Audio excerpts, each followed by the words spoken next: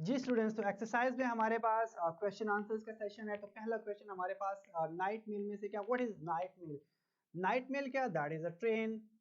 Night mail is a train which travel all the night and bring letters, checks and postal order for different kind of the people in the society. तो वो letters लेके आती है। तो basically night mail क्या है, that is a train. What does the night mail bring? Night mail जो train है वो लेके क्या क्या आती है?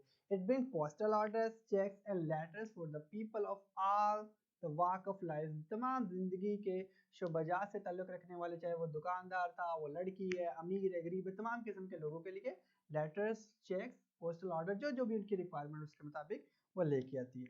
Third question, what is the reaction of birds on the arrival of the night mail? हमने पढ़ा था इसको कि बर्ड्स का रिएक्शन क्या होता है जैसे जैसे नाइट मेल अप्रोचेस करती है।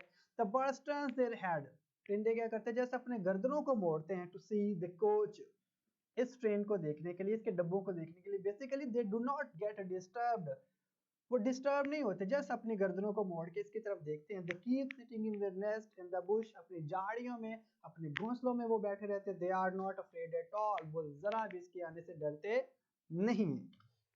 What is the effect of night mail on the life in the farm? Farm में, खेतों में लोगों की जिंदगी, उसके ऊपर क्या असरात होते हैं? Night mail does not disturb the life in the farm, खेतों में मौजूद लोगों की जिंदगी के ऊपर जरा भी असरअंदाज नहीं होती।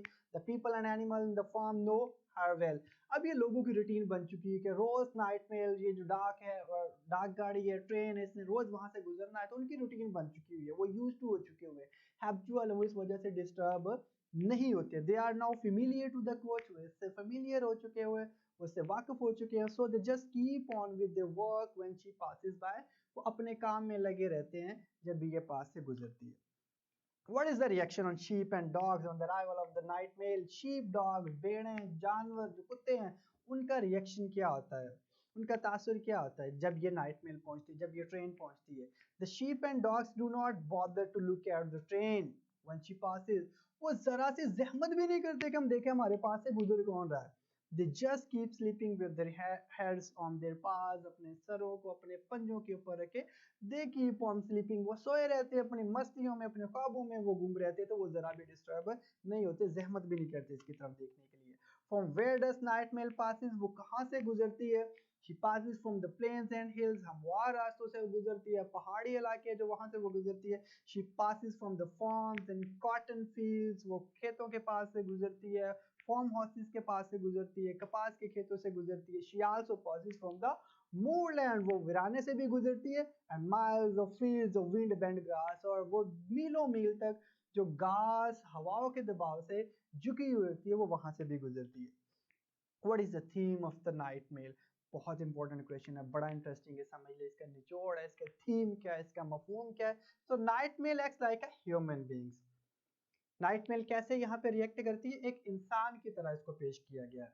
हर journey is a symbol of life, और उसका जो सफर है वो इंसान की जिंदगी के साथ रिलेट किया गया। कैसे इंसान की जिंदगी के साथ रिलेट किया गया? Because life is journey having ups and down, हमारी जिंदगी में उतार चढ़ाव आते रहते हैं।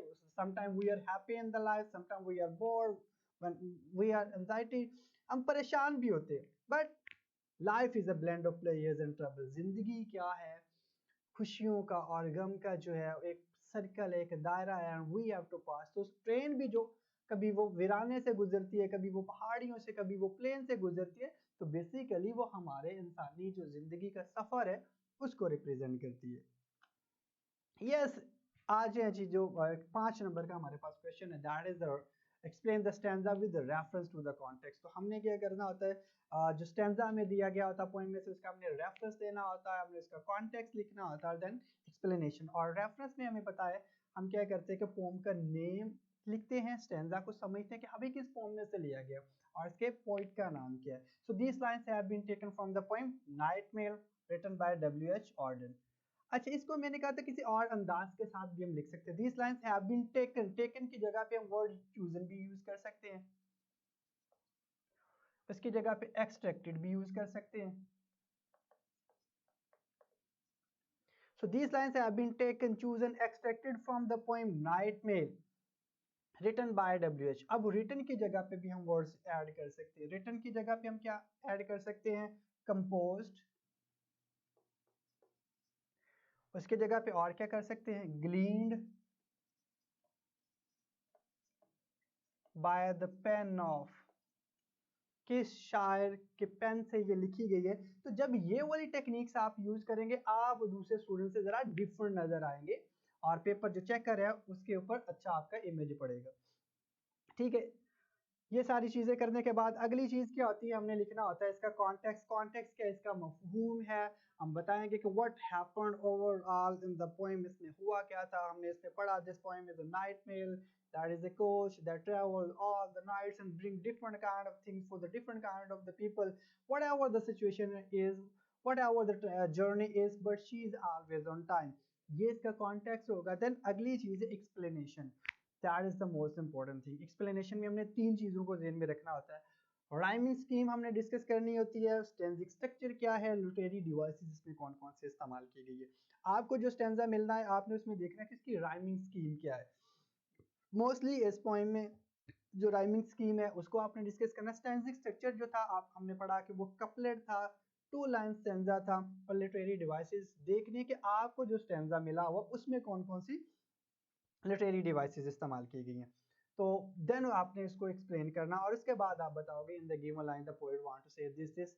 तो हम लिटरेरी डिवाइसेस को क्यों डिस्कस करते हैं, राइमिंग स्कीम को क्यों डिस्कस करते हैं, स्टेंजिक स्ट्रक्चर को और लिटरेरी डिवाइसेस को क्यों डिस्कस करते हैं, ताकि हम एक्सप्लेनेशन में बता सके कि the poet has used these kind of the things in the stanzas.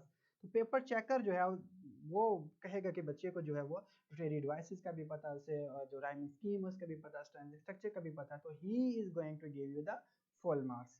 Okay जी, मिलते हैं जी अगली पॉइंट के साथ। अल्लाह हाफिज।